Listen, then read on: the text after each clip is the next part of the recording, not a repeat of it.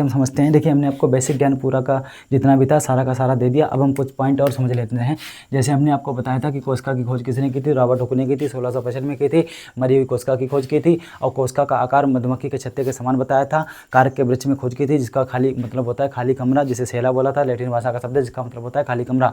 उसके बाद में जीवित कोशिका की खोज किसने की थी, ये सब हमने आपको बता दिया था। ठीक है, अब हम आगे थोड़ा सा देख लेते हैं। आगे क्या देखते हैं कि कुछ पॉइंट्स हैं जो मैंने आपको नहीं बताए हैं। जैसे हम देख लेते हैं, जैसे मैंने आपको बताया था कि खोज इसकी रॉबर्ट हुक ने की थी।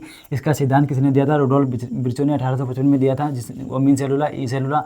और मैंने बताया था कि इसका सिद्धांत जो है वो किसने दिया था, स्लाइडन एवं स्वान ने दिया था। ठीक है, अब हम आगे देखते हैं कि अगर आपसे कोई पूछे, कुछ बेसिक नॉलेज होते हैं जो लोग पूछ देते हैं। जैसे हम अगर बात करें कि विश्व की या दुनिया की, विश्व की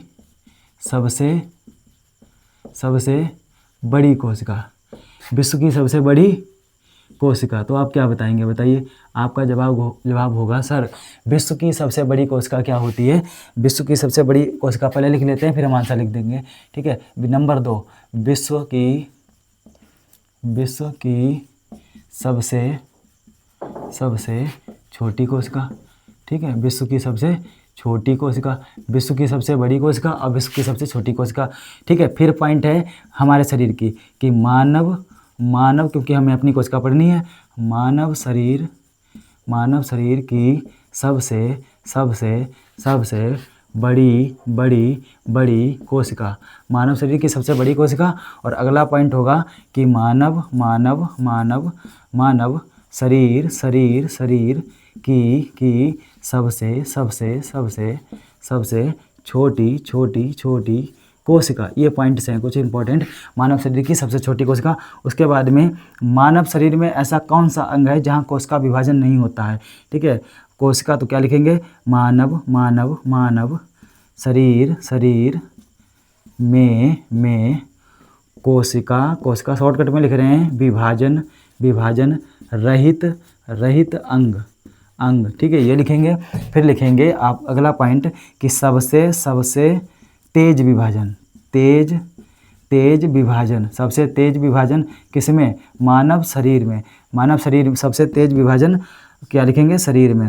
ठीक है, सबसे तेज विभाजन शरीर में। तो ये कुछ आपके टॉपिक्स हैं जो आप बेसिक ज्ञान है जो मैं आपको देना चाहता हूँ, ताकि आपको जीके भी कंप्लीट हो जाए साथ साथ में। तो बताइए विश्व की सबसे बड़ी कोशिका कौन सी होती है। तो विश्व की सबसे बड़ी अगर आपकी कोशिका पूछी जाए तो वो होती है शुतुर्ग। फिर लिखेंगे मुर्ग, शुतुर्मुर्ग का अंडा, शुतुरमुर्ग का अंडा। शुतुरमुर्ग का अंडा जो होता है वो विश्व की सबसे बड़ी कोशिका होती है, लगभग 2 kg का होता है। ठीक है, लगभग 2 kg का होता है। विश्व की सबसे छोटी कोशिका कौन सी होगी, तो इसका नाम लिखेंगे आप माइकोप्लाज्मा। क्या लिखेंगे, माइकोप्लाज्मा। विश्व की सबसे छोटी कोशिका माइकोप्लाज्मा। ये बहुत बड़ा खचरा होता है, इसके बारे में हम आगे बताएंगे आपको। ठीक है, विश्व की सबसे छोटी कोशिका माइकोप्लाज्मा। मानव शरीर की सबसे बड़ी कोशिका कौन सी है, तो याद रखेंगे स्त्री के अंडाणु। हमारी जो महिलाएं होती हैं उनके जो ओवम होते हैं वो मानव शरीर की सबसे बड़ी कोशिका कहलाती है। और मानव शरीर की सबसे छोटी कोशिका कौन सी होती है, तो वो होती है पुरुष के शुक्राणु। क्या होते हैं, पुरुष के शुक्राणु। पुरुष के जो स्पर्म होते हैं वो मानव शरीर की सबसे छोटी कोशिका होती है। मानव शरीर में कोशिका विभाजन रहित अंग कौन सा होता है, ब्रेन। क्या लिखेंगे, ब्रेन में आप देख लीजिए बिल्कुल कोशिका विभाजन नहीं होता है।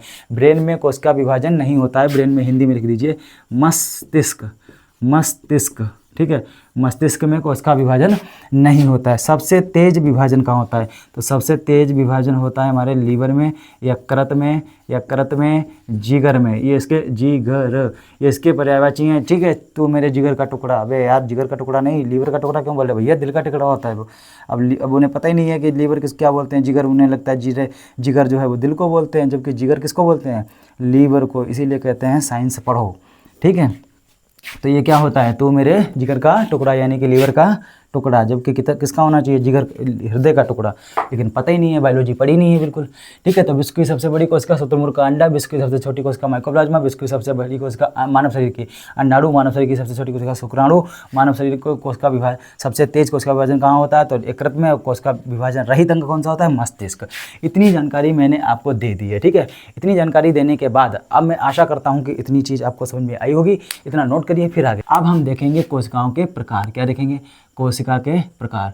ठीक है, प्रकार देख लेंगे, प्रकार, प्रकार में क्या देखेंगे, कोशिकाएं अगर प्रकार में देखेंगे तो प्रकार के आधार पर ये 2 प्रकार की होती हैं। कितने प्रकार की होती हैं? प्रकार अगर देखेंगे तो 2 प्रकार की होंगी। कितने प्रकार की होंगी? 2 प्रकार की। कौन कौन सी? एक का नाम होगा सुकेंद्रीय कोशिका। क्या नाम होगा? सुकेंद्रीय, सुकेंद्रीय, सुकेंद्रीय, सुकेंद्रीय कोशिका। ठीक है, देखिए आपको हिंदी इंग्लिश दोनों में पढ़ाया जाएगा।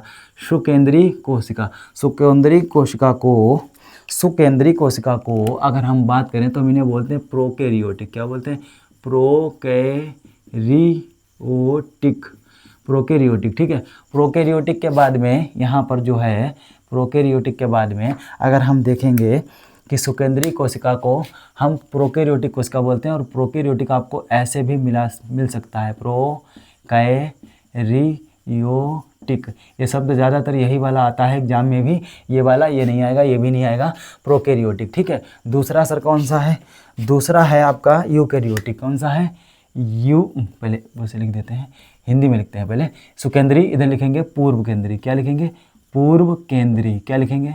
पूर्व केंद्रीय, पूर्व केंद्रीय। पूर्व केंद्रीय को क्या बोलेंगे? पूर्व केंद्रीय को बोलेंगे यूकैरियोटिक। क्या लिखेंगे? Eukaryotic, eukaryotic. ठीक है, यूकैरियोटिक को हम हिंदी में भी लिखते हैं। किस में लिखते हैं? हिंदी में भी लिखते हैं। कैसे लिखते हैं सर? Eukaryotic, eukaryotic, eukaryotic. देखिए अगर मीनिंग में थोड़ा बहुत चेंजिंग है तो आप 9th में पहुंच गए हैं। ठीक है, इंग्लिश बड़ी बेवफा रात भर रटो सुबह सफा, इंग्लिश अपनी सही कर लेना। ठीक है, आज मेन टॉपिक पर ध्यान दीजिए। तो सुकेंद्रीय कोशिका और पूर्व केंद्रीय कोशिका, ठीक है, यानी कि प्रोकैरियोटिक और यूकैरियोटिक। अब इनका मतलब क्या होता है? देखो, सु माने, सु मतलब जो चीज़ है, विराजमान है। जैसे हम लोग बोर्ड एग्जाम देने जाते हैं तो कहते हैं हमारा सुकेंद्र होगा या फिर दूसरी जगह होगा। ठीक है, तो सुकेंद्र का मतलब है जो चीज़ अपनी ही अपनी जगह पर है। तो सुकेंद्र का मतलब, सु माने अपना, केंद्र का मतलब केंद्र, केंद्रक, केंद्रीय मतलब केंद्र, अर्थात जिनके अंदर केंद्रक पाया जाता है वो सुकेंद्रीय कैसे कहलाती हैं। जैसे ये मान लो कोशिका है, ठीक है, अब इस कोशिका के अंदर बीचों बीच में एक न्यूक्लियस होगा जिसे हम हिंदी में केंद्रक बोलते हैं। अगर इनके अंदर केंद्रक है तो इसे हम सुकेंद्रीय बोलते हैं। सुकेंद्रीय मतलब उसके अंदर केंद्रक है, प्रेजेंट है, पाया जाता है। और पूर्व केंद्रीय का मतलब होता है कि जिसके अंदर, पूर्व माने पहले, केंद्रीय मतलब केंद्रक, अर्थात जिनके अंदर पहले केंद्रक था लेकिन अब नहीं है तो उसे क्या बोलेंगे? पूर्व केंद्रीय। लेकिन जिसके अंदर केंद्रक अभी भी है और पहले भी था उसे क्या बोलेंगे? सुकेंद्रीय। और जिसके अंदर पहले केंद्रक था लेकिन वर्तमान में नहीं है उसे क्या बोलेंगे? पूर्व केंद्रीय। तो यूकैरियोटिक, प्रोकैरियोटिक। अब सर इसमें कौन कौन से जीव आते हैं? तो याद रखिए, जैसे आपका अगर प्रोकैरियोटिक की बात करें, प्रोकैरियोटिक की, तो इसमें कुछ बैक्टीरिया आते हैं जैसे नील, हरित, शैवाल। इसे बैक्टीरिया ही बोलते हैं। नील, हरित, शैवाल कौन आएगा? नील, हरित, शैवाल। ये किस में आएंगे? ये प्रोकैरियोटिक में आएंगे। किस में आएंगे? प्रोकैरियोटिक में। और फिर कौन आएगा? फिर आएगा आपके जीवाणु। जीवाणु सारे के सारे आपके किस में आते हैं? प्रोकैरियोटिक में आते हैं। किस में आते हैं बच्चा? प्रोकैरियोटिक में आते हैं। सर इसमें कौन कौन आएगा? तो इसमें भी समझ लो कौन कौन आएगा। इसमें सर यूकैरियोटिक में कौन आएगा? यूकैरियोटिक में जंतु आएंगे। कौन आएगा? जंतु। और कौन आएगा सर? पादप आएंगे। कौन आएगा? पादप आएंगे। ठीक है, और कौन आएगा? देखिए इसमें तो ये आएंगे, पादप के बाद में फिर कौन आएगा? सर यूकैरियोटिक में कवक आएंगे। कौन आएगा? कवक आएंगे। कवक के बाद में सर कौन आएगा? शैवाल आएंगे। कौन आएगा? शैवाल आएंगे। ठीक है, जंतु हो गए, पादप हो गए, कवक हो गए, शैवाल हो गए, ये सभी किस में आएंगे? ये सभी यूकैरियोटिक में आएंगे। किस में आएंगे? यूकैरियोटिक में आएंगे। लेकिन ये सब किस में आएंगे? ये प्रोकैरियोटिक में आएंगे। ठीक है, इनमें लगभग कुछ अंग पाए जाते हैं। इनमें लगभग 3 अंग होते हैं। कितने अंग होते हैं? 3 ही कोशिकांग।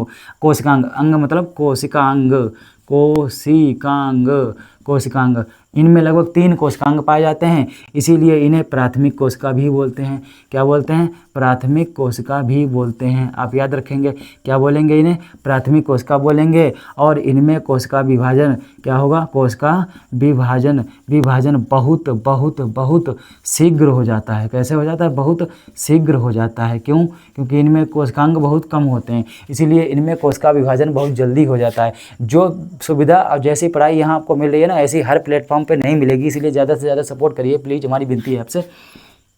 ठीक है, तो क्या है कि इनमें 3 ही कोशिकांग पाए जाते हैं, इसलिए इन्हें प्राथमिक कोशिका बोलते हैं। कोशिका विभाजन बहुत जल्दी हो जाता है। ठीक है, इतनी बात समझ गए आप। अब इसमें देखते हैं, इसमें क्या होगा? इसमें बहुत सारे कोशिकांग होंगे। कितने होंगे? बहुत क्या लिख लो, इसमें सारे कोशिकांग होते हैं। क्या लिख ले? इसमें सारे सारे सारे कोशिकांग पाए जाते हैं। कोशिकांग, इसमें सारे कोशिकांग कोशिकांग प्रेजेंट होते हैं। ठीक है, इसमें सारे कोशिकांग प्रेजेंट होते हैं। दूसरा, इन्हें प्राथमिक कोशिका नहीं बोलते हैं, इन्हें क्या बोलते हैं, इन्हें गौड़ कोशिका बोलते हैं। क्या बोलते हैं, गौड़ कोशिका बोलते हैं। क्या बोलते हैं, गौड़ कोशिका बोलते हैं। ठीक है, इन्हें गौड़ कोशिका कहते हैं, प्राथमिक कोशिका। अब इनमें क्या लिखेंगे, इसमें लिखेंगे कोशिका विभाजन बहुत मंद होता है, धीरे धीरे होता है, मंद होता है। मंद क्यों होता है सर, क्योंकि इनमें ज़्यादा कोशिकांग होते हैं तो उनको बनने में ज़्यादा समय लगता है, इसमें कम कोशिकांग होते हैं तो उनको बनने में कम समय लगता है। आपको 2 रोटी दे देंगे, आप 2 मिनट में खा लेंगे, आपको 10 रोटी दे देंगे, आप 1 घंटा लगाएंगे। तो यही बात है यहाँ पर समझने वाली। इसमें समझ, इतना बड़ा कौन सा विषय है जो आपको समझ में नहीं आ रहा है। ठीक है, चलिए ध्यान से समझिए। अब आशा है कि इतना आपको समझ में आ ही गया होगा, तो आप नोट कर लीजिए, बाकी आगे देखते हैं। तब तक के लिए जय श्री राम।